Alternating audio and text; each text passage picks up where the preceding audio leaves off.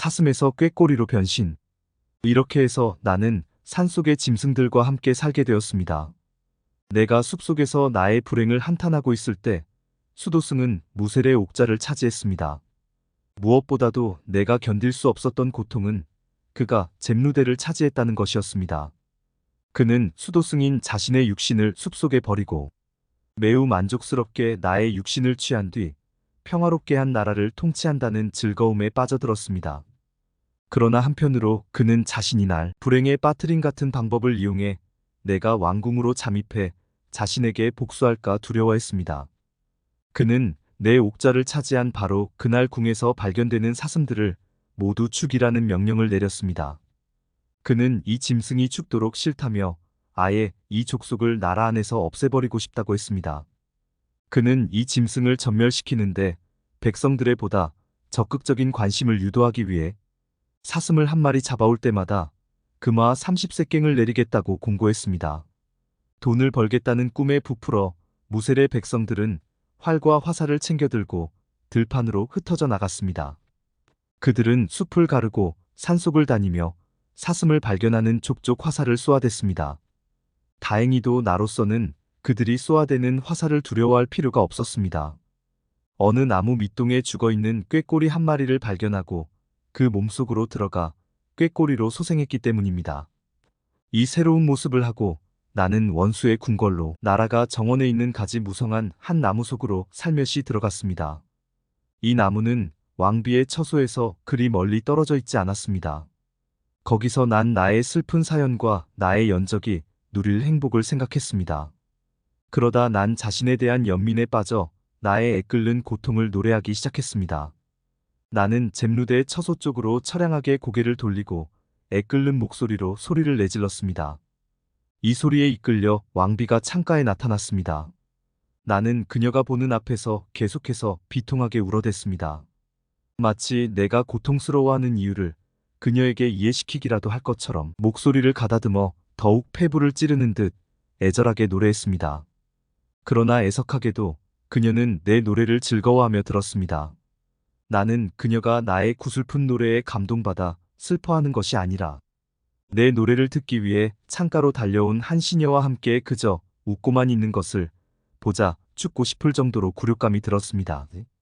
나는 이날부터 정원에서 한 발자국도 나가지 않았고 일부러 신경을 써 매일 아침 같은 장소에서 노래를 불렀습니다. 잼누대 또한 어김없이 창가로 달려왔습니다. 그녀가 날 잡아 곁에 두고 싶어 하는 것을 보고 나는 그것이 하늘의 뜻처럼 여겨졌습니다. 그녀는 시녀들을 불러 말했습니다. 누가 저 꾀꼬리를 잡아주면 좋겠어. 가서 새 장수를 찾아오라고 해. 나는 저 새를 사랑해. 정말 반해버렸어. 저 새를 잘 잡아서 나에게 갖고 오라고 해. 왕비의 명에 따라 노련한 새 장사들이 왔고 내게 그물을 펼쳐 던졌습니다. 나는 도망치고 싶은 생각도 없었거니와 날 왕비의 포로로 만들기 위해 내 자유를 뺏으려 한다는 것을 잘 알고 있었지만 날 잡도록 가만히 있었습니다. 그녀는 나를 자신의 손에 넣자마자 뛸 듯이 기뻐했고 날 쓰다듬으며 말했습니다. 내 귀여운 것, 어여쁜 꾀꼬리야. 난 너의 장미가 되고 싶어. 난 이미 너에게 이루 말할 수 없는 애정을 느끼고 있어. 이렇게 말하고 그녀는 자기 입술에 내 부리를 갖다 대며 나에게 입을 맞추고 웃으며 이렇게 소리쳤습니다. 아이 짓궂기는 이 새는 내가 하는 말을 꼭 다 알아듣는 것만 같아. 그녀는 나를 부드럽게 쓰다듬은 뒤 그녀의 처소에서 시중을 드는 환관이 장에서 사온 황금살로 짜여진 세 장의 손수 나를 넣었습니다. 나는 매일같이 그녀가 잠에서 깨자마자 노래를 불렀습니다. 그녀가 나를 쓰다듬기 위해 또는 나에게 뭔가를 주기 위해 세 장 앞의 모습을 나타내면 나는 주인에게 길들여지기를 꺼려하는 모습을 보이기는커녕 오히려 그것을 기뻐한다는 것을 표시하기 위해 날개를 활짝 펴고 작은 부리를 앞으로 내밀었습니다. 그녀는 그토록 짧은 시간 내에 내가 길들여지는 것을 보고 놀라워했습니다. 이따금 그녀는 날 새 장에서 꺼내어 그녀의 방을 날아다니게 놓아주었습니다. 그러면 난 늘 그녀에게로 날아가 부리로 그녀를 쓰다듬고 그녀의 애무를 받았습니다. 그러나 그녀의 시녀 중 누군가가 나를 잡으려 치면 나는 아주 사납게 부리로 쪼아댔습니다. 이런 방식으로 나는 점점 잼누대에게 아주 소중한 존재가 되었습니다. 그녀는 만일 내가 불행히도 죽게 된다면 어떤 것으로도 위로받지 못할 것이라고 종종 말하곤 했습니다. 그 정도로 그녀는 나에게 애착을 갖고 있었습니다. 그 불행한 시간 속에서도 내가 왕비의 처소에서 맛볼 수 있는 어떤 즐거움이 있었다면 수도승이 그녀를 보러 올 때 그를 곤혹스럽게 하는 것이었습니다. 얼마나 끔찍한 고문입니까? 지금도 그때를 생각하면 여전히 소름이 끼칩니다. 나는 이따금 하늘을 우러러보며 그에 대한 복수를 기원하곤 했습니다.